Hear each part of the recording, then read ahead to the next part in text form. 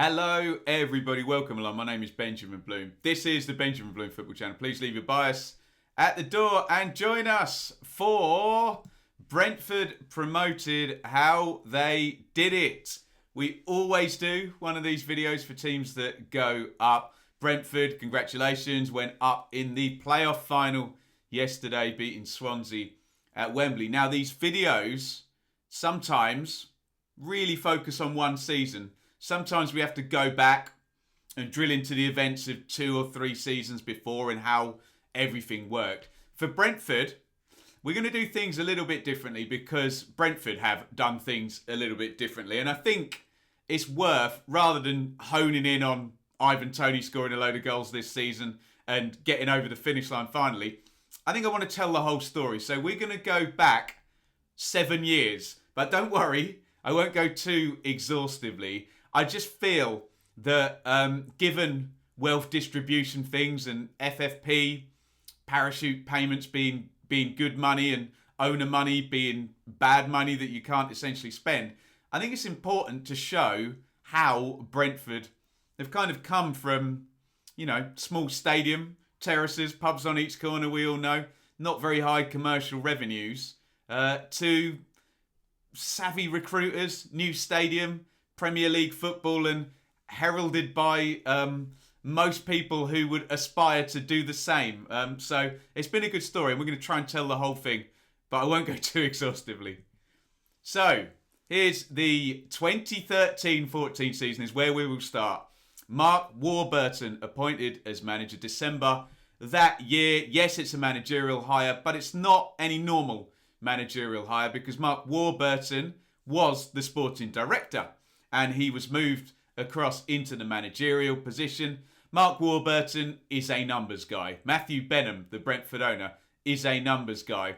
And moving the numbers guy into the managerial job was kind of like the most Brentford thing you could possibly do, isn't it?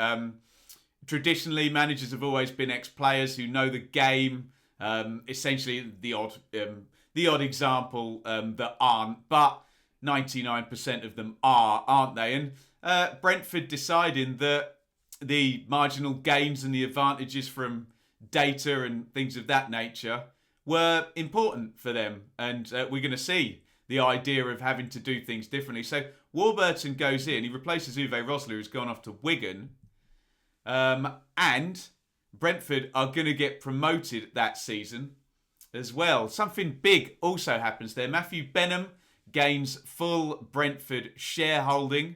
He had 96%, you can see, but in February 2014, Matthew Benham becomes the full 100% owner of Brentford. Let's be completely transparent. Matthew Benham is a very rich man. However, as I've already alluded to, he came in at Brentford literally 14-15. The next season is the first year the parachute payments are going to split to go down to 3 seasons, and FFP's really going to start kicking in thereafter. And he really did come into the championship at the time where having money in your ownership made really less difference than it ever had.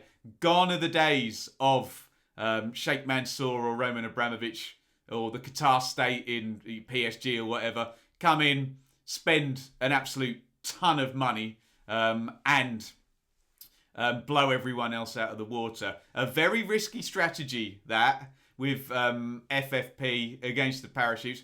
Yes, Wolves did it, didn't they? Before anyone comments on that. They lost 52 million quid and gambled on promotion and stuck 2 fingers up at FFP and got there, didn't they? So, yes, it's a big gamble. If you make it, all looks good.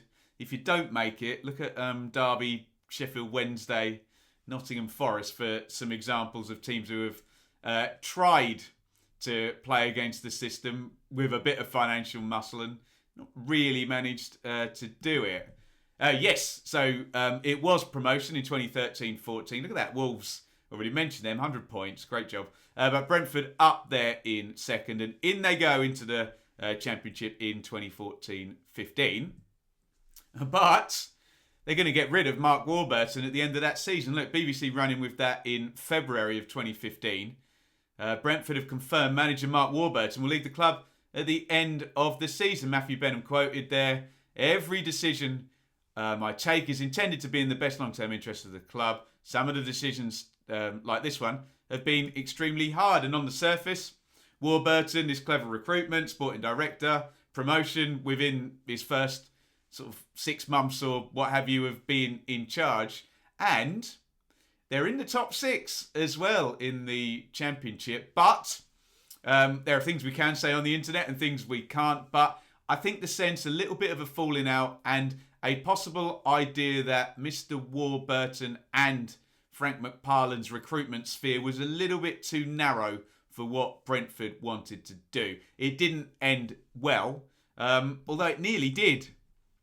Because Brentford finished in the playoffs in their first season in the Championship. Finished 5th, lose to Middlesbrough in the playoff semi-finals, which would completely have flown in the face of all of this story we're going to tell about 7 years worth of incremental improvement. They could have done it in the first season had they won that playoff campaign there in 2015. And we would have had little old Brentford, little old Griffin Park in the Premier League, but they couldn't go back-to-back promotions 2 years running. That would have been a very different story that we would have had to tell some 5-6 years ago, wouldn't it? And I do think people forget about that playoff campaign. But in the big picture, the growth has already started. And here is a bit of a misstep, you have to say. Marinus Dijkhuizen is Brentford manager for 9 games at the start of 2015-16 season. And replaced Lee Carsley by Lee Carsley until, quote, the end of the season. It's not going to be the end of the season. But Dijkhuizen, that doesn't work. And I think it actually plays quite well for Benham and Brentford there because they knew they'd made a mistake. They remedied it quickly. Out Dijkhuizen goes. And 9 games, okay, it puts you back a little bit, doesn't it? But the bigger picture and the bigger trend up was key. And look, that's probably the one misstep they make in this tale, isn't it? Dijkhuizen for 9 games in August and September of 2015. However, in November of 2015, with Lee Carsley having been named manager for the rest of the season, Dean Smith is liberated from Walsall and in he comes with Richard O'Kelly.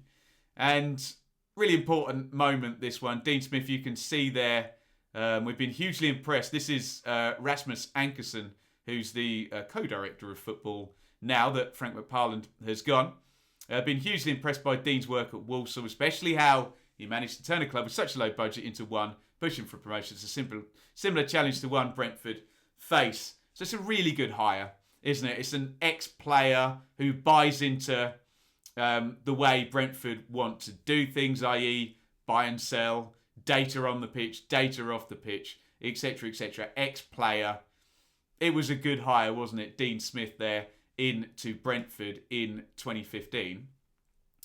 However, no playoffs this season for Brentford. I suppose the bar raised there by Mark Warburton in the first season. 9th place there for the Bees in 2015-16. And we should probably look at some players. Look, Jake Bidwell played for Swansea in the playoff final yesterday. James Tarkowski has been in the England squad. Definitely played for years in the Premier League for Burnley. Harley Dean and Max Collin, they're now at Birmingham. Ryan Woods is at Millwall.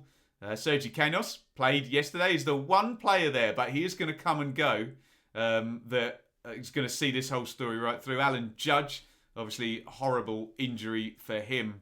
Really wrecked his career, frankly. Lasse Vibe is the goal getter there. But you can start to see they always have good players, Brentford, and it's very transient. I'll keep putting these 11s up, but they're going to change every season for sure. Something else that's going to change, and a big change, look at that. And this is a big deal. 11th of May 2016, Brentford Academy restructuring. That basically means Brentford are closing their academy. Very, very interesting. In order to compete and progress, we cannot outspend the vast majority of our competition. We never shy away from taking the kind of decision that can give us a competitive edge. I love that. We never shy away from taking the kind of decision that will give us a competitive edge. Never a truer word spoken, especially after promotion was confirmed yesterday. So they're closing down the EPPP, Elite Professional Player, whatever. I can't remember what the last P is. And basically, they're going to have a B team, and they're going to play friendlies against Cat 1 teams. And let's be honest, it's worked rather nicely. I think Brentford, assuming they're a bit of a small fish in terms of London clubs compared to a Chelsea or a Arsenal, Tottenham, West Ham, even around that area, Fulham, QPR, big battle for players, and Brentford just decided probably not going to win and get those best signatures, and did it their own way. And someone like Josh Da Silva, I'm sure, will be very, very pleased that they did. And we say this about academies, you only need that one or two players can pay for the academy for years to come, can't they? And a great job there. And for those who actually debate whether the academy system works or not, especially with Chelsea, Manchester City, Manchester United, Liverpool, they scoop up all those players at a young age. Brentford took their ball and went and played their own game, and I suppose more power to them. Here's the 2016-17 season. Brentford finished 10th. So a regression there for 2 seasons, 5th, 9th, 10th. But they've got their right manager now in Dean Smith. They've got the new director of football. The plans for the new stadium are all afoot. And the recruitment churn, which is going to really pay dividends a couple of seasons later, is now beginning. Players are coming and going for big money. Andre Greer's already gone, and you can start to see Scott Hogan's in there. He's going to go for big money. So is Yotta. So is Ryan Woodstead, John Egan as well. And this gradual ability, sell for this much, and now you sign for this much, sell for this much, sign for this much. Salaries are starting to go up. Very, very gradual. Never afraid to sell, but they replaced so well, didn't they? And you can see there as well, Rico Henry now in the team. He's going to become a mainstay. We'll see him in the Premier League next season as well. But 10th place in 16-17. And in 17-18, up a little bit, 9th place. Look, there's Neil Mopai. There's Ollie Watkins. Johan Barbet. Ryan Woods still in there as well. Henrik Dalsgaard. He's going to be a mainstay. He'll probably play in the Premier League next season as well. But you can start to see things are churning. I'll go through all of the big sales at the end of the video. Don't you worry. We can't do a Brentford video without doing that. And a little bit of a sense with Brentford now. They're starting to develop their championship reputation, aren't they? And how people view them. They're going to play football. They're going to create a lot of chances. They're going to have a reputation as being a bit flaky when they get near the playoffs, not quite having enough, I don't know whether it's mentality or even quality, or they're just too open with the way they want to play to kind of go that final step. But we start to see the Brentford that we see now. On to 18-19, and a bit of a fork in the road here, and a bit of a problem. Because Dean Smith is going to go and manage Aston Villa. With John Terry, the BBC more interested in John Terry than Dean Smith there. Smith, who has led Brentford to top 10 finishes in each of his 3 seasons as boss. Off he goes. Smith is ultimately going to get promoted with Aston Villa. And he's ultimately going to take a big Brentford player and pump a lot of money back into Brentford a couple of years down the line here. But yeah, that was a bit of a problem, you would have to say. I mean, you wonder how it would have played out if Dean Smith had stayed. Would they have got promoted sooner than this? Would they have got promoted at all? I don't know. We will never know. It didn't happen. Smith felt he had to go back to his roots in Birmingham, and having really helped Brentford grow, Smith goes out. But always that sense that you get at good clubs that it's not going to unsettle things too much. Yes, of course, a new manager has to come in and make his ideas known. But that trend in terms of recruitment, salaries and all of those things and moving toward a new stadium is well underway. And make the change and ride the trend, let's just say. And it is Thomas Frank. Good old Thomas Frank, who was assistant head coach, excuse me, under Dean Smith. And it's another appointment from within, like Warburton was, really. And it's proven to be the right one, I guess. Thomas Frank, I don't know, splits opinion a little bit. Comes across a certain way sometimes, but proof's in the pudding now. Look at Brentford's league positions under him and look at where they are now, and you would have to say, whether you find him slightly overly confident or not, he's done the business, hasn't he, Thomas Frank? And the guy was already at the club that was going to take them up. There's the 18-19 finish, and it's a regression down to 13th position. I remember that very, very well, that season, where Frank, I think he ended up having to take them to a back three. We'll talk about the players in just a second. But there was a big trail off in results before things happened, and it was very much a club on the up, but they needed to transition to what the new manager was hoping to do. Looking there, though, Dan Bentley, Chris Mepham and Esri Konza going to raise big money. Julian Janvier, Dalsgaard, Odebajo, Makotjo, Sawyers, who went to the Premier League with West Brom, Watkins, Mopai, Benrahma. Now we're talking, aren't we? 3 Premier League players there. So I'm talking about the incremental increase in quality, transfer fees paid and received, and salaries. And look at that front 3. Benrahma, Watkins, Mopai. Goals, goals, goals. Money, money, money when you can sell them. And I mean, look, we'll do the sales later, but look, Konza, Mepham, Watkins, Mopai, Benrahma. That team made a fortune for Brentford in transfer fees into 2019, and they're going to finish 3rd, 81 points. Thomas Frank jumps them up 10 places, and something really important happens here now, because it's not signing players for £1 million or £2 million and pulling rabbits out of hats. Now look at that team. David Raya is taken from Blackburn, a rival. Pinnock replaces Janvier from Barnsley.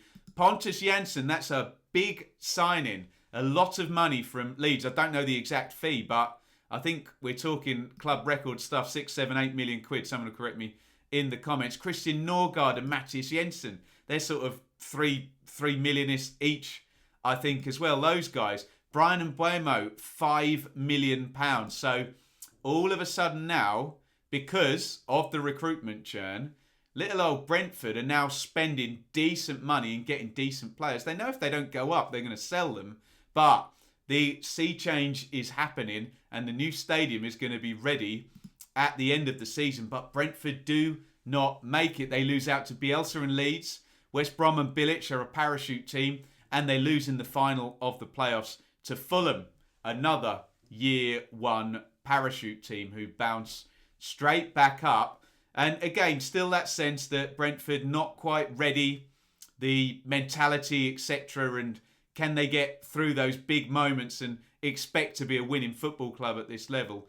Weren't quite there yet, whereas Fulham, been there, done it, been in the Premier League, were able to beat them in the playoff final. And that leads us to the new stadium in 2020-21. It would have been a fine thing to open it in the Premier League, but, and this is a recurring theme for Brentford, the long-term big picture growth is the main thing. On pitch will hopefully mirror that, and it has. So into the new stadium, which, you know, we all love Griffin Park. We've all probably stood on the terrace there, away fans or home fans, probably both. But commercial revenues need to be raised. You know, infrastructure and all of those things. Yes, Griffin Park was charming. Need to be improved. And notice they didn't build a stadium that was too big as well. The right size. Brentford know who they are. They know what they are. And I look forward to going. I've not managed to get there behind closed doors this season. And here is the team that's got them up. And you will see the absence there conspicuous by their absence. Said Benrahma and Ollie Watkins both sold at the start of the season for the thick end of 50 million quid. Those two. So again, two best players probably out they go at the start of the season. But they did it again, didn't they? Ivan Toney, 5 million quid. We think, looking at Dara McAntony, the Peterborough owner's Twitter, that a second payment will have been made or will be being made after promotion was confirmed. It's worked out well for everybody. Toney, Peterborough and Brentford. And yes, they did sell. But now, look, Raya, not in his first season. Dalsgaard, not in his first season. Janssen, Mads Beck Sorensen's in there as the... did he play more games than Pinnock? Stick Pinnock in there. This is the Who Scored team generation. Rico, Henry, De Silva, Janel, it was his first season. Jensen, obviously Christian Norgard's been injured for a lot of it. And Buemo, Toney and Kanyos. So really, Toney and Janel there, the only sort of first season players. Everyone else has been there a while. Thomas Frank has been there a while. Brentford have been third last season, third again this season.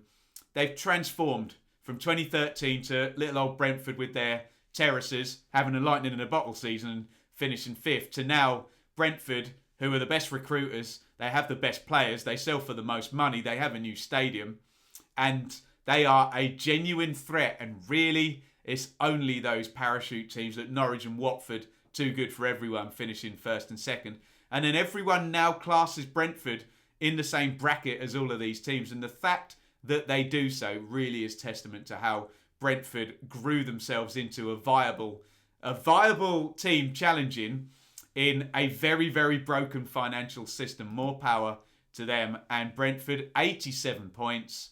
And I remember tweeting about that. Only a couple of teams not gone up automatically with 87. So they really would have been a hard luck story if they hadn't gone up yesterday. But beat Bournemouth in the semis, the other Year 1 parachute team, and beat Swansea, a Year 3 parachute team, in the finals. You can see what they've been up against over the years, those teams that have gone up, even the ones that didn't have parachutes, the likes of Brighton, who spent and lost a fortune to get there. Wolves, the same. Yes, Sheffield United, amazing job.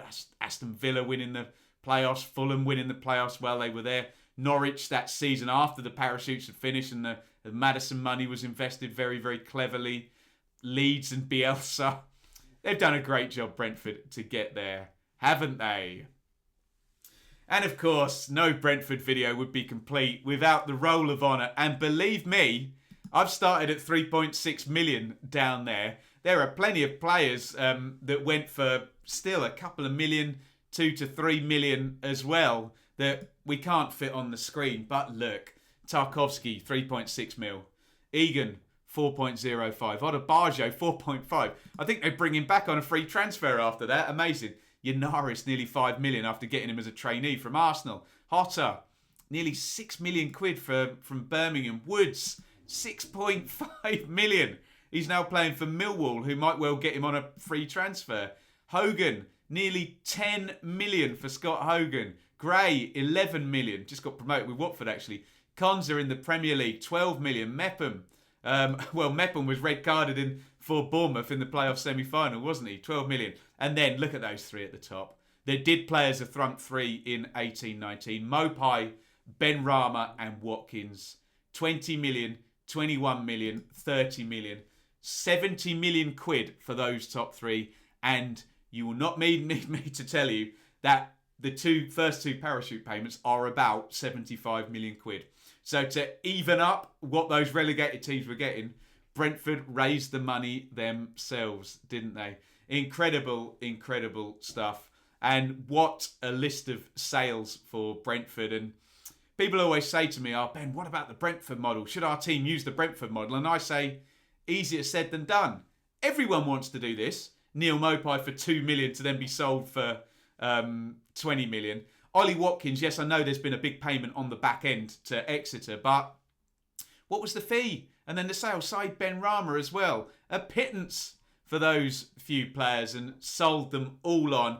All coming from a League One background with a 10,000, not even seater stadium. This is not a traditionally big club doing this. as well. Wonderful stuff. Have one more look at all of those incredible sales from Brentford. Here comes the summary. And the first word I've put is patient. 7 years growth, 4 managers, a new stadium, and lots of players. Yes, they did get in the playoffs in the first season and lost. It would have been too soon. But look how patient they've then been each and every year after. Even if they didn't grow on the pitch. Remember, it did go like 9th, 10th, 13th, 3rd. Sometimes the on-pitch stuff actually comes last, whilst the infrastructure and the recruitment is growing in the background. The ability to pay salary, getting the right sporting directors in. I think they had the right manager in Smith, and then he went off, and then getting the next right manager in as well. They've been so patient, haven't they, Brentford? Clever and brave. Data and recruitment, data and tactics, good players leaving, fees and salaries increasing. Look, fees and salaries increasing is fairly obvious, but you have to be brave, don't you? 2 other teams I always mention as good recruiters, or I had mentioned up until maybe this season, were Preston and Bristol City, who had the big sales. Were they as brave as Brentford, though? Was there ever a Pontus Jansson for big money, or a Brian Mbeumo, or a Norgard Annie Jensen at the same time? Brentford was still brave. They did still, with what they had, reinvested it. And I always say to people, you can sell your best player, that's fine. Reinvest it, that's the key. And Brentford did that bravely and cleverly for sure.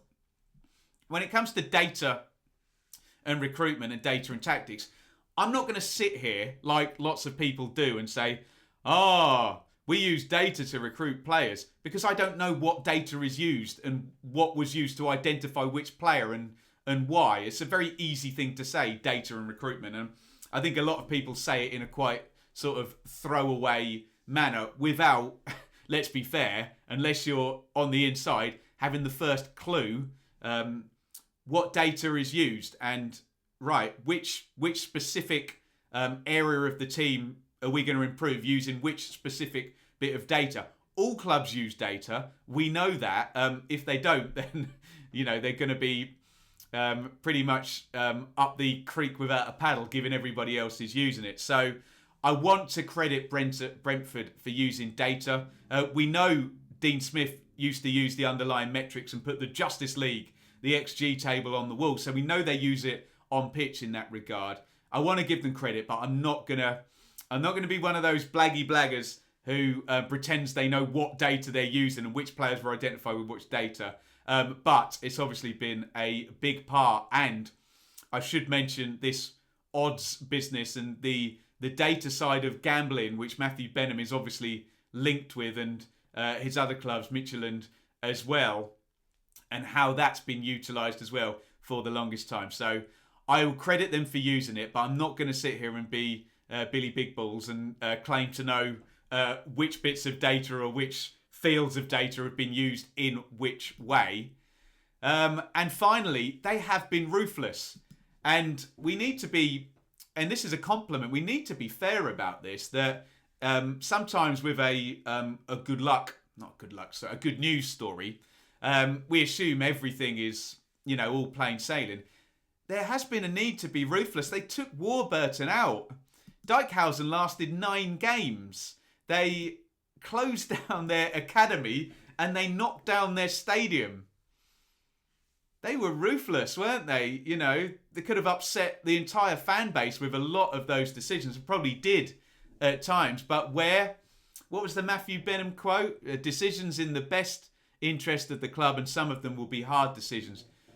Like all big business and all successful business, that need to be ruthless was met, wasn't it, by Matthew Benham and the higher-ups at Brentford. So for all we can sit here and go, it's a great story, there were hard decisions that were made in the toughest way as well. So there we go. Brentford promoted. How they did it. I put some key figures on there. Frank, Benham, Tony, Benrahma and Watkins as well. The final key sales. Let's see if they hold on to Tony now, or whether that would be the most Brentford thing in the world, wouldn't it? Get promoted and sell Tony for a fortune not be bothered about it and go sign a load of new players.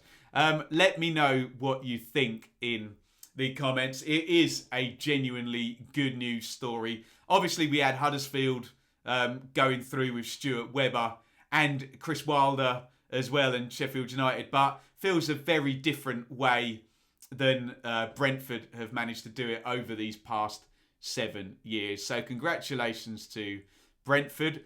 Gone but not forgotten. If you're a Brentford fan, I'll be covering them on my Dearly Departed shows. We know the lineup now for Dearly Departed next season is Leeds, Villa, Brentford now, Norwich and Watford. That'll be the Dearly Departed lineup next season. I look forward to those shows. Brentford fans, keep subscribed. I'll miss going to Brentford in the Championship, but we will keep tabs on them in the Dearly Departed shows. I've had my say.